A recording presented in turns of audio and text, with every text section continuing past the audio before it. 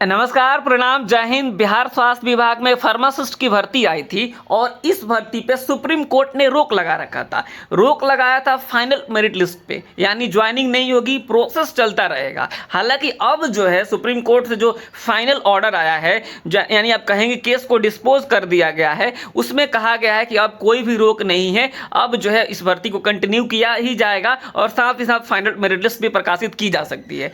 तो पूरा मामला क्या है और इस जजमेंट से जो है किस तरीके से जो है जीएनएम और वर्सेस बीएससी नर्सिंग को कनेक्ट किया जा रहा है, उसको भी हम आपको बताने वाले हैं। कहा जा रहा है कि जो है उस भर्ती में जो है केवल डिप्लोमा को ही वैलिड किया गया है। तो क्या स्टाफ नर्स की भर्ती में ऐसा ही होगा? क्योंकि इसको लेकर भी जो है पटना हाई कोर्ट में केस चल रहा है। आपको हम पूरी बात बताएंगे और क्या हो सकता है ये भी हम जो है बताने की कोशिश करेंगे। देखिए, यहाँ पे फार्मासिस्ट को लेकर हम बात कर लेते हैं, फिर स्टाफ नर्स के ऊपर चलेंगे। यहाँ पे जो है देखिए, आज की खबर आप देखेंगे तो जो है जजमेंट की कॉपी भी आ गई है। अप्रॉक्स शायद 32 पेज का है पूरा जजमेंट। ठीक है, जिनको जजमेंट की कॉपी पढ़नी होगी फार्मासिस्ट वाला, आप नीचे कमेंट बॉक्स में मैं एक टेलीग्राम ग्रुप का जो है दे देता हूं आपको लिंक, और वहां से आप जाकर के सीधे पीडीएफ डाउनलोड करके आप पढ़ सकते हैं उसको, पूरा जजमेंट को।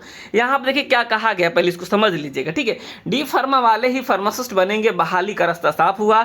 सुप्रीम कोर्ट ने जो है बिहार से जुड़े मामले में अपने आदेश में कहा कि डी फार्मा वाले ही फार्मासिस्ट पद के लिए बहाल हो सकते हैं। कोर्ट ने पटना हाई कोर्ट के फैसलों को चुनौती देने वाली सभी याचिकाओं को खारिज कर दिया है। आपको पता है कि पटना हाई कोर्ट ने ऑलरेडी इस बात पे जो है मुहर लगा दी थी कि जो है डी फार्मा वाले ही जो है इसके लिए एलिजिबल हैं, योग्य हैं।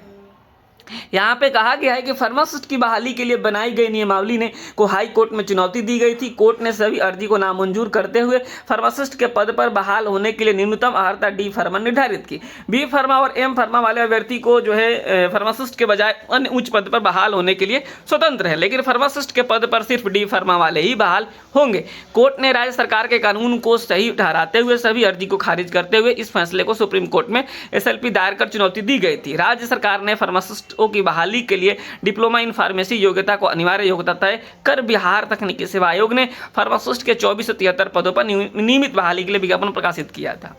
कुल मिलाकर आप समझ गए कि हाई कोर्ट ने भी कहा था कि जो है यहाँ पे बी फार्मा और एम फार्मा वाले एलिजिबल नहीं है, वही लोग एलिजिबल हैं जो डी फार्मा के बाद बी फार्मा किए हुए हैं। यहाँ पे देखिएगा, जो यहाँ पे कई खबरों में जो है एक ही बात को कहा गया है। हम उस पर अब नहीं चलेंगे, हम सीधे चलेंगे फार्मासिस्ट के विज्ञापन को हम देखेंगे। इसमें एक बात कही गई है, देखिए यहाँ पे कि बी फार्मा और एम फार्मा उत्तीर्ण अभ्यर्थियों को भी डी फार्मा उत्तीर्ण होना अनिवार्य है। इसी को लेकर एक तरीके से आप कहेंगे कि जिस जो है सरकार के पास अधिकार होता है नियमावली बनाने का, और अनुच्छेद 309 का जो है उपयोग करते हुए जो है सरकार ने जो है बिहार के राज्यपाल के तहत जो है ये नियमावली को बनाई गई, और नियमावली बनने के बाद से जो है इसका जो है हाई कोर्ट में मामला चला गया, फिर सुप्रीम कोर्ट में गया। और कुल मिलाकर आप समझेंगे एक लाइन में कि हाई कोर्ट और सुप्रीम कोर्ट ने बिहार सरकार के नियमावली पर मुहर लगाई है।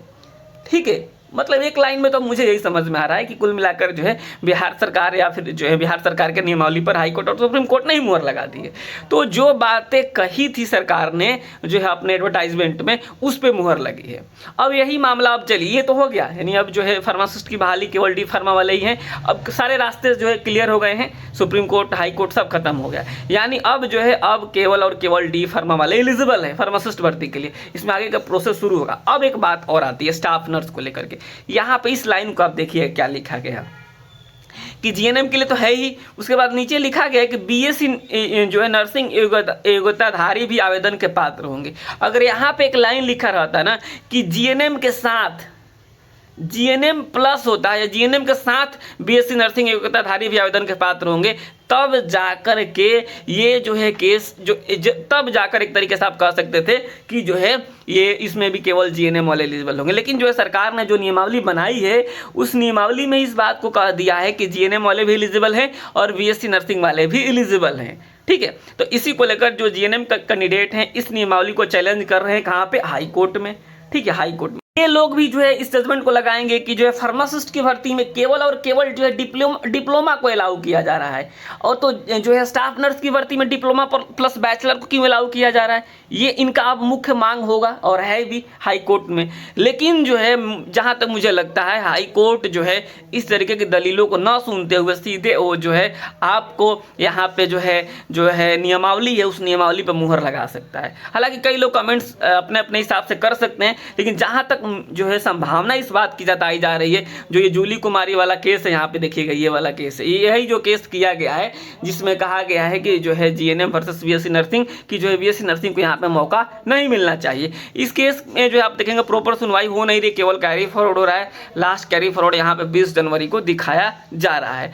तो इस केस में जो अब लोग कनेक्ट कर रहे हैं इससे जो है फार्मासिस्ट वाला से, ये फार्मासिस्ट में केवल और केवल जो है डिप्लोमा वालों को मौका मिला है, तो आपको जो है यहाँ पे स्टाफ नर्स की भर्ती में भी केवल जीएनएम को मौका मिलना चाहिए। लेकिन एक बात आप समझ लीजिए, स्पष्ट क्लियर मैं कर देता हूँ कि ये जो है पूरी की पूरी बात लगभग नियमावली की थी, और नियमावली पे ही हाई कोर्ट और सुप्रीम कोर्ट ने मुहर लगाई है, और उसी नियमावली पे जो है पूरी की पूरी संभावना इस बात की जताई जा रही है कि हाई कोर्ट भी मुहर लगा सकता है और जीएनएम और बीएससी नर्सिंग दोनों को अलाउ कर सकता है। बाकी जो कोर्ट का ऑर्डर आएगा उस तो जो है सबको मानना ही होगा, लेकिन फिलहाल यही है, कोर्ट का ऑर्डर आ जाएगा तो बीटीएससी भी मानेगी, बिहार गवर्नमेंट भी मानेगी, सब कोई मानेगा, अभ्यर्थी भी मानेंगे। लेकिन जो है अब तक का जो है सिचुएशन ये है कि सरकार ने कहा है कि जीएनएम और बीएससी नर्सिंग दोनों जो एलिजिबल हैं, और यही मामला हाई कोर्ट में जो इसको चैलेंज किया गया है। और मुझे जहां तक लगता है, मैं पर्सनली अपनी बात करूं तो, कि ये इसमें जीएनएम और बीएससी नर्सिंग दोनों को जो मौका मिला है उसे ही हाई कोर्ट कंटिन्यू रख सकता है। ठीक है, तो जो भी अपडेट आएगा मैं आने वाले दिनों में आपको बताऊंगा। लेकिन जो लोग कनेक्ट कर रहे हैं अपने आप को कि जो है स्टाफ जो है फार्मासिस्ट में जो है बैचलर को बाहर किया गया है, तो स्टाफ नर्स में भी बाहर किया जाएगा और फिर दोबारा कट ऑफ आएगा, फिर हमारा हो जाएगा, ऐसी बातें आप लोग ना सोचिए, क्योंकि ऐसा होने जा नहीं रहा है जहां तक संभावना है इस बात की। ठीक है, दोनों के मामले अलग अलग हैं, दोनों का जो सिचुएशन अलग अलग है, क्योंकि दोनों की नियमावली अलग अलग तरीके से बनाई गई है। तो फिलहाल हम इस वीडियो में इतना ही रखते हैं, बस ये हमें बताना था। कई लोग कह रहे थे कि जो है हमें मौका मिल सकता है, तो ऐसी बातें नहीं है, जो दोनों मामले अलग अलग हैं, और अब जो नियमावली बनी है उस नियमावली भर्ती को आगे कंटिन्यू किया जा सकता है। नमस्कार, धन्यवाद।